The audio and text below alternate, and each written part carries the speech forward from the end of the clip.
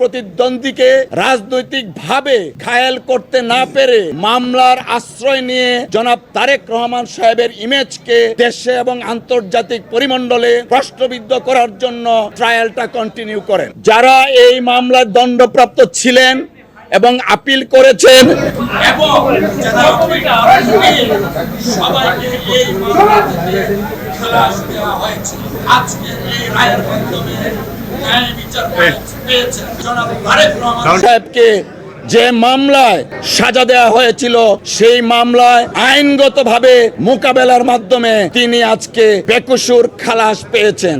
সম্পূর্ণভাবে শেখ হাসিনা এবং আওয়ামী লীগের নেতাদের প্রপাগান্ডার শিকার হয়েছিলেন জনাব তারেক রহমান সাহেব। তারেক রহমান সাহেবের নামটা এসেছিল, আপনারা জানেন, 3টা চার্জশিট, ইভেন 111 এর সময় একটা চার্জশিট দেওয়া হয়েছিল।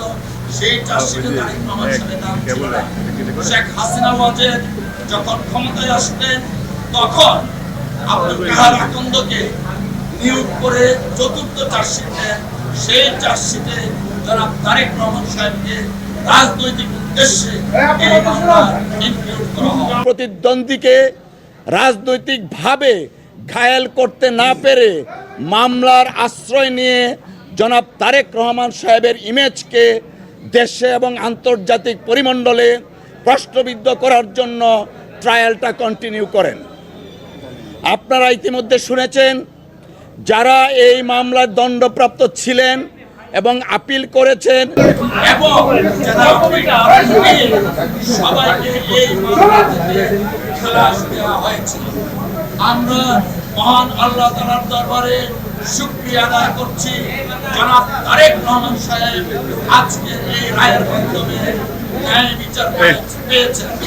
আজকে প্রমাণিত হয়েছে রাজনৈতিক উদ্দেশ্যে জনাব তারেক রহমান সাহেবকে যে মামলায় সাজা দেওয়া হয়েছিল সেই মামলায় আইনগতভাবে মোকাবেলার মাধ্যমে তিনি আজকে বেকসুর খালাস পেয়েছেন।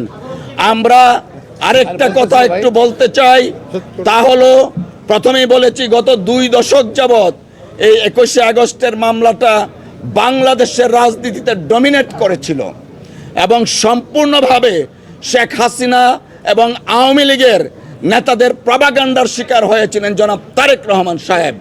আজকে আমরা এবং দেশবাসী জাতি মনে করেন আমরা সকলেই আজকে ন্যায় বিচার পেয়েছি। তারেক রহমান সাহেবের নামটা এসেছিল, আপনারা জানেন, 4টা চার্জশিট দেওয়া হয়েছিল, 3টা চার্জশিট, ইভেন 111 এর সময় একটা চার্জশিট দেওয়া হয়েছিল। সেই চার্জশিটে তারেক রহমান সাহেবের নাম ছিল না।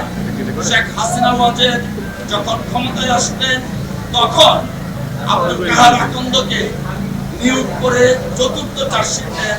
সেই চার্জশিটে জনাব তারেক রহমান সাহেবকে রাজনৈতিক উদ্দেশ্যে এই মামলা ইনক্লুড করা হয়।